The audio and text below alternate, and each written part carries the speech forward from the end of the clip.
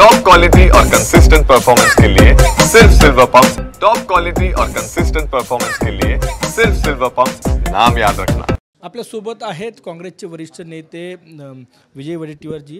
विजय भाऊ, पुण्यातील जो आरोपी आहे त्याला अटक करण्यात आलेली आहे, काय सांगा?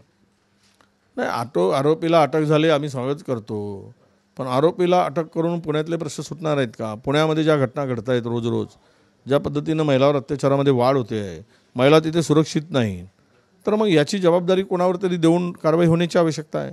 तिथे ही घटना घडली, आरोपी अटक झाली म्हणजे प्रदा पडला, मग ह्या अशा घटना रोज होतात, आरोपी अटक होत जाईल, महिला अत्याचारांच्या बळी पडत जातील, पण तिथे पोलीस म्हणून कोणाची जबाबदारी त्यांची घेतली पाहिजे, पोलीस आयुक्तावर कारवाई करून त्याची बदली केली गेली पाहिजे की ह्या घटना पुण्यात वाढत। बघा, आम्ही आवर्जून सांगेल, मागच्या 2 वर्षामध्ये पुण्यात या सगळ्या घटनांमध्ये प्रचंड वाढ झाली आहे।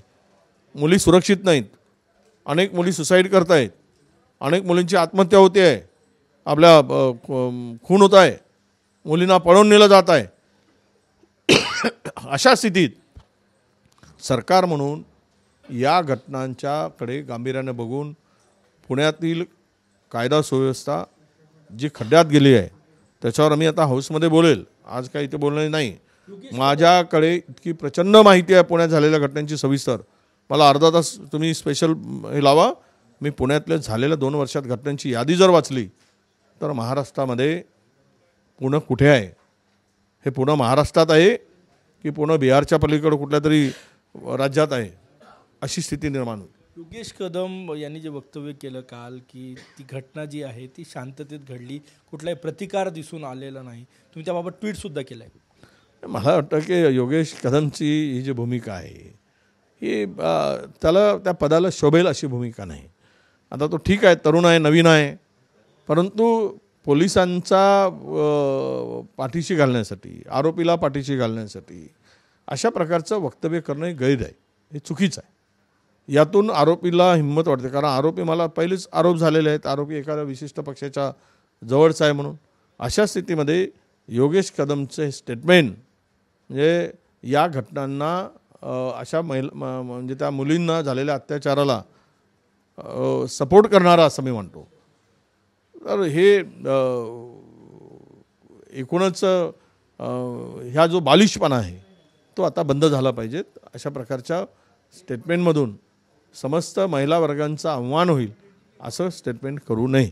विरोधी पक्ष राजीनाम्याची मागणी करणार, त्या हाऊसमध्ये आम्ही त्यावर बोलू, चर्चा करू।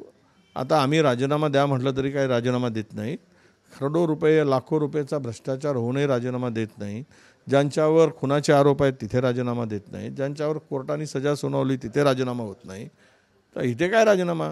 हे सगळं सरकार म्हणजे मला वाटतं की काही करा, आम्ही तुमच्या पाठीशी आहोत, भिवू नकोस, कितीही खा, मी तुझ्या पाठीशी आहे असं म्हणायचं सरकार आहे। तर त्यामध्ये हाऊसमध्ये चर्चा करून आणू आम्ही आणि त्या वक्तव्याचा समाचार घेऊ, महाराष्ट्राला कळेल की असे वक्तव्य किती निंदनीय असतात हे जनतेला सांगू। संजय सावकारे यांचं वक्तव्य की एक घटना घडली तर कारवाई होत असते, यामुळे महिला असुरक्षित आहे असं होत नाही। त्याला संजय सावकारेला काय बोलावं? त्यांच्या अनेक अशा घटना घडतच असतात असं बोलला तो। म्हणजे महाराष्ट्रामध्ये अशा घटनांसाठी मोकळीक दिली काय? जा महिलावर अत्याचार करा, लाज वाटत नाही या संजयला? अरे तू आमदार आहे, लोकप्रतिनिधी आहे, 3 लाख लोकांतून निवडून आलेला आहे आणि अशा घटना घडतच असतात। मग या घटना तुमच्या आसपास घडू देत, तुमच्या नातेवाईकात तुमच्या घरात घडू देत काय? तेव्हा वाटेल तुम्हाला लाज आणि म्हणाल काय तुम्ही अशा घटना घडतच असतात? थोडी तरी भान ठेवलं पाहिजे, थोडं तरी आपण कुठल्या पदावर काम करतो याची जबाबदारी घेतली पाहिजे, जबाबदारीनं बोललं पाहिजे। पण हे अशा प्रकारचे बोलणं हे सत्ताधाऱ्यांकडून येणं म्हणजेच महाराष्ट्रातील बिघडलेल्या कायदा सुव्यवस्थेला पुन्हा अधिक बिघडवणं आहे। नितेश राणे यांनी तुमच्यावर टीका केलेली आहे, नरेंद्र महाराजांबद्दल जे तुम्ही शब्द वापरले त्यामुळे ते म्हणतात। नाही, नितेश राणे माझं सांगणं आहे की बाबा मी काहीच टीका केली नाही, एकही शब्द, जरा स्टेटमेंट बागून बोलत जा म्हणा, एवढा का उतावीळ होऊन बोलत नको जाऊ म्हणा नितेशला। आमचं त्याला सांगणं आहे, आम्ही फार त्यांच्यापेक्षा सिनियर आहोत, आम्ही वडिलांबरोबर काम केलं त्यांच्या, आम्ही त्यांना नेहमी त्याच्या कार्याला आम्ही उत्स्फूर्तपणे मदत केली आहे, चांगलं काम करत असेल, पण उठसूट आणि सिंगल भाषामध्ये जर तो बोलत असेल, त्या वडेट्टीवाराला काय कळत नाही. किंवा वडेट्टीवाराला 100 जन्म घ्यावे लागतील, तुलाही 200 जन्म घ्यावे लागतील नरेंद्र महाराजाला कळायला. कारण तुझ्या बाबांनी काय बोलले आणि काय भूमिका होती ते मी सांगणार नाही, कारण राणेसाहेबांचा आम्ही सन्मान करतो, त्यामुळे मी बोलणार नाही. पण त्यांची भूमिका काय होती नरेंद्र महाराजांच्या संदर्भात ते आम्हाला माहीत आहे, कारण ते कोकणातलेच आहेत आणि कोकणात काय होते ते आम्हाला सांगायची गरज नाही. पण मी एकही शब्द वाईट बोललो नाही, फक्त एवढंच म्हणालो की साधू संतांनी ही निवडणूक जिंकून दिली, दिव्य स्वप्न महाराजांना काय आलं नरेंद्र महाराजाला, एवढंच माझं वक्तव्य आहे. हे कुठून पडलं स्वप्न त्यांना म्हणायच्या ठिकाणी त्याला म्हटलं, एवढंच झालं.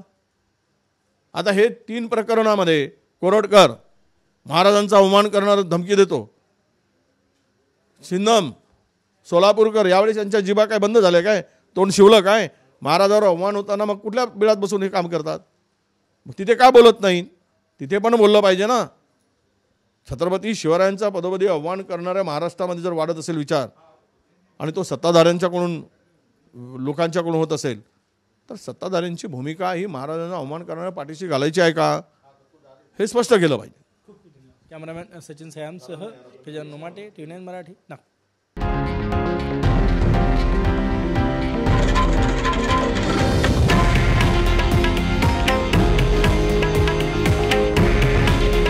हे आहे देशातील नंबर 1 न्यूज नेटवर्क आणि आपण पाहत आहात TV9 मराठी. काळजी तुमची, हित महाराष्ट्राचं.